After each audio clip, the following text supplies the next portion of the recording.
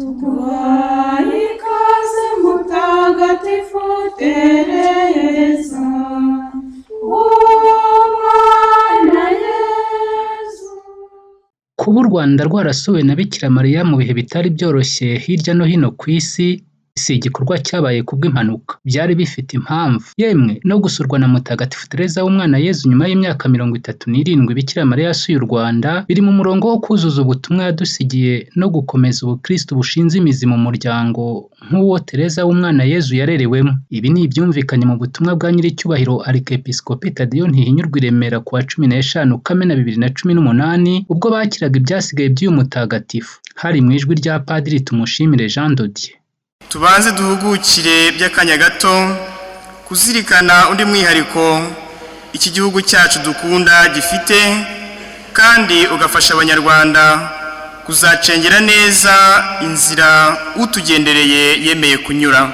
Dukunze kwibutswa ko Bikira Mariya abonekera ikibeho atari kubw'impanuka, yavuze ati ndi nyina wa Jambo, ni ukuvuga nyina cyangwa umubyeyi wemeye kuba umwana ubuziraherezo Yezu Kristo. Bikira Mariya yari azi rwose kubwo bubyeyi kimwe no kubaha ubuzima ndetse na filiation biri kugenda bikendera ku isi.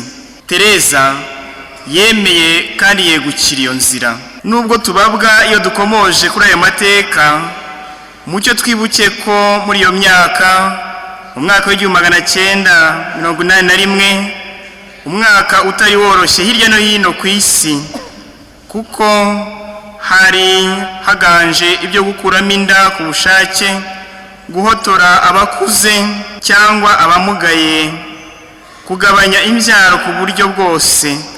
Ariko kandi duhereye na hano iwacu hano i Rwanda, turibuka ko na n'ubu umuntu w'amarere bavugaga ko avugisha inani na rimwe.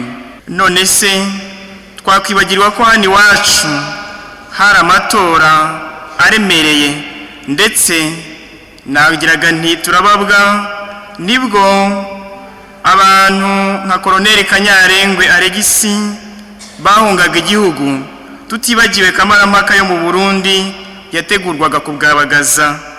Icyo gihe Bikira Mariya rero yatangiye kubonekera ikibeho, yibutsa ububyeyi ndengakamere, kandi bwagendaga bukendera muri uwo mwaka utoroshye.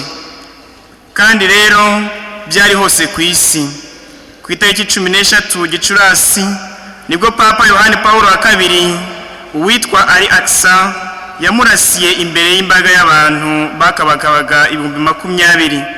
Ndetse Ronald Reagan wayoboraga Leta Zunze Ubumwe za Amerika nawe araswa amasasu 6, kandi nibwo agakoko ka sida kagaragaraga bwa mbere. Mu gihe rero twavugishaga inani na rimwe muri uwo mwaka w'1981, nibwo ijuru ryaje risa n'irivuza induru ngo twakire kandi dusigasire ububyeyi, ubuzima no kwemera kuba mutoya nka Yezu Kristo ndetse na Tereza twakira none rero nyuma y'imyaka 37 igihugu cyacu kigize umugisha wo kwakira bwa mbere kuri ubu buryo mu gihugu hose ibice by'umubiri w'umutagatifu wanyuze inzira abanyarwanda bakwiye kwegukira. Izayi aragira atuka umubyeyi ahumuriza umwana we muto, niko nanjye nzabahumuriza Isiraheli cyangwa se Banyarwanda. Mutagatifu Tereza ni rumwe mu mbuto zihamye z'urukundo abagize urugo bakesha Kristo, basaseridoti bihaye Imana, mbaga y'abakristo. Muri Kiliziya Regina Pacis i Remera, Kiliziya Gatolika mu Rwanda yakiranye ku mugaragaro icyubahiro ibice by'umubiri wa Mutagatifu Tereza w'umwana Yezu n'uruhanga rutagatifu.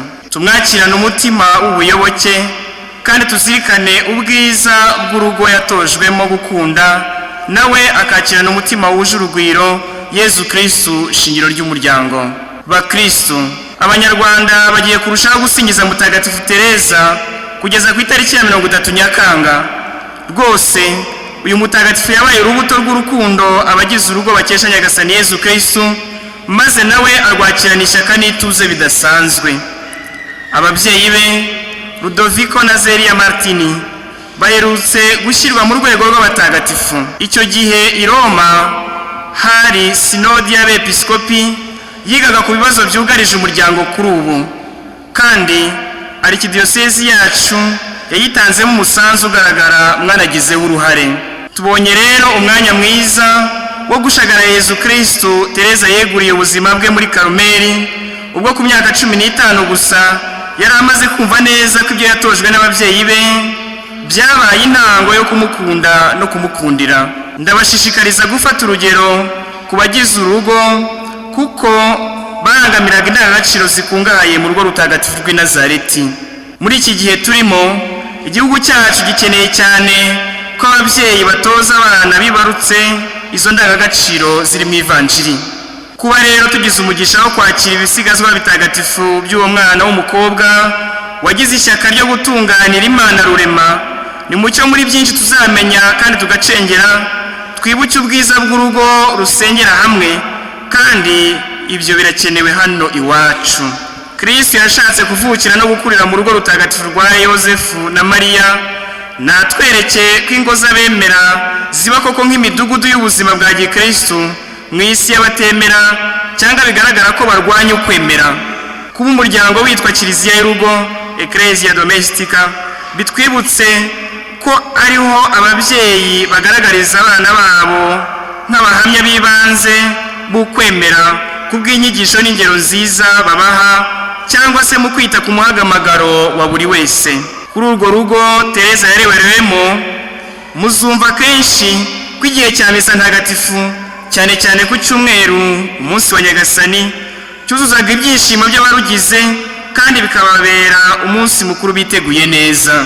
Imana y'urukundo Tereza yarangamiye ubuzima bwe bwose, none bakaba basangiye ikuzo, n'abasendereze urukundo rutagira urubibi.